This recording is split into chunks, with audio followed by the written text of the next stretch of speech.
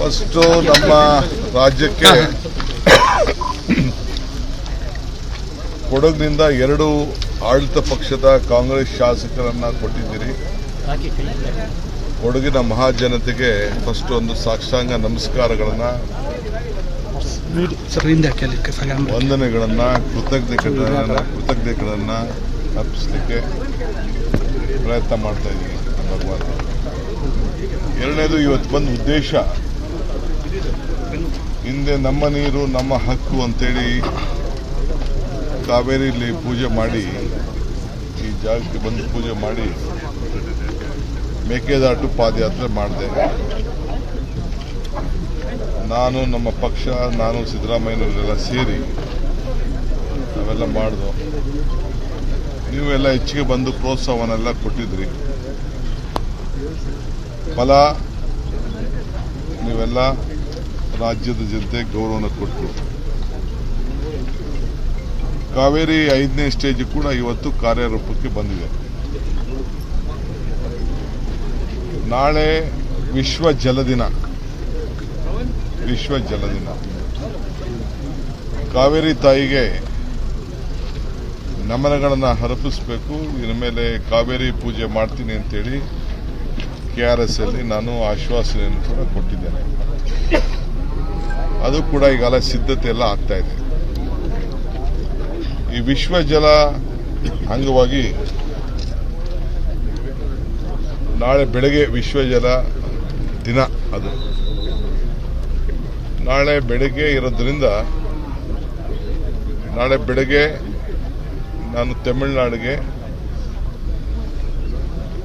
ನಮ್ಮ ರಾಜ್ಯಕ್ಕೆ ಆಗ್ತಾ ಇರೋ ಅನ್ಯಾಯ, ದಕ್ಷಿಣ ರಾಜ್ಯಗಳಿಗೆ ಆಗ್ತಾ ಇರೋ ಅನ್ಯಾಯ ವಿಚಾರದಲ್ಲಿ ಸ್ಟಾಲಿನ್ ಅವರ ಕರೆದಿರೋಂಥ ಒಂದು ಸಭೆಗೆ ನಾನು, ನಮ್ಮ ಪಕ್ಷದ ಕೆಲವು ಮುಖ್ಯಮಂತ್ರಿ ಆಗಿದ್ದಂಥ ರೇವಂತ್ ರೆಡ್ಡಿ ನಾವೆಲ್ಲ ಪಾಲ್ಗೊಳ್ತಾ ಇದ್ದೀವಿ. ಅಲ್ಲೋಗಿ ನಾನು ಪ್ರತಿಪಾದನೆಯನ್ನು ನಮ್ಮ ರಾಜ್ಯದ ಹಿತಕ್ಕೆ, ದಕ್ಷಿಣ ಭಾರತ ಹಿತಕ್ಕೆ ನಾನು ಪ್ರಸ್ತಾವನೆಯನ್ನು ಸಲ್ಲಿಸಲಿದ್ದೇನೆ. ಈ 1 ವಾರಗಳ ಕಾಲ ಈ ವಿಶ್ವ ಜಲ ದಿನ ನಾಳೆ ಬೆಳಗ್ಗೆಯಿಂದ ಅಂದರೆ ಇವತ್ತು ಸಾಯಂಕಾಲ ಬೆಂಗಳೂರಿನ ಅಲ್ಲೊಂದು ಋಷಭಾವತಿ ನದಿ, ಕಾವೇರಿಯ ಒಂದು ಜಲ ಪ್ರದೇಶದಲ್ಲಿ ಅದು ಅಲ್ಲಿ ಪ್ರಾರಂಭ ಆಗ್ತದೆ. ಆ ಸ್ಯಾಂಕಿ ಟ್ಯಾಂಕಲ್ಲಿ ಇವತ್ತು ಸಾಯಂಕಾಲ 6:15 ಗಂಟೆಗೆ ಕಾವೇರಿ ಪೂಜೆಯನ್ನು ಹಮ್ಮಿಕೊಂಡಿದ್ದೇವೆ. ಅದಕ್ಕಿಂತ ಮುಂಚಿತವಾಗಿ ಇಲ್ಲಿಂದ ಅಲ್ಲಿಗೆ ನೀವು ಇಡೀ ಬೆಂಗಳೂರು ನಗರ ಜನರಿಗೆ ನೀರನ್ನು ಕೊಟ್ಟು ಬಹಳ ಸಂತೋಷವನ್ನು, ಅವರ ಬದುಕನ್ನು ಹಸನು ಮಾಡ್ತಾ ಇದ್ದೀವಿ. ಫಸ್ಟು ನೀವು ಇಂಗ್ಲಿಷಲ್ಲಿ ಮಾತು ಹೇಳ್ತಾರೆ, if you forget the root you will not get the fruit ಅಂತ. ಹಂಗೆ ನೀವೇ ನಮಗೆ ಜೀವನದಿ. ಸೊ ಇಲ್ಲಿಗೆ ತಮಿಳುನಾಡಿಗೆಲ್ಲ ನೀವೆಲ್ಲ ಆಶ್ರಯವಾಗಿದ್ದೀರಿ, ನಮ್ಮ ರಾಜ್ಯಕ್ಕೆ ಆಶ್ರಯ ಆಗಿದ್ದೀರಿ. ಸೊ ಫಸ್ಟ್ ನಿಮಗೆ ನಮನ ಸಲ್ಲಿಸಿ ಇಲ್ಲಿಂದ ಕೂಡ ಆ ನದಿನ ನೀರನ್ನು ತೆಗೆದುಕೊಂಡೋಗಿ ಅಲ್ಲಿ ಪೂಜೆ ಮಾಡಿ ನಾಳೆಯಿಂದ 1 ವಾರಗಳ ಕಾಲ ಈ ನೀರನ್ನು ಉಳಿಸ್ಲಿಕ್ಕೆ, ಅಂದರೆ ಸೇವ್ ವಾಟರ್. ಈಗೆಲ್ಲ ನೀರನ್ನು ಬಹಳ ದುರ್ಬಳಕೆ ಆಗ್ತಾ ಇದೆ. ಈ ನೀರನ್ನು ಎಷ್ಟು ಬೇಕೋ ಅಷ್ಟಕ್ಕೆ ಮಾತ್ರ ಉಪಯೋಗಿಸ್ತಾರೆ.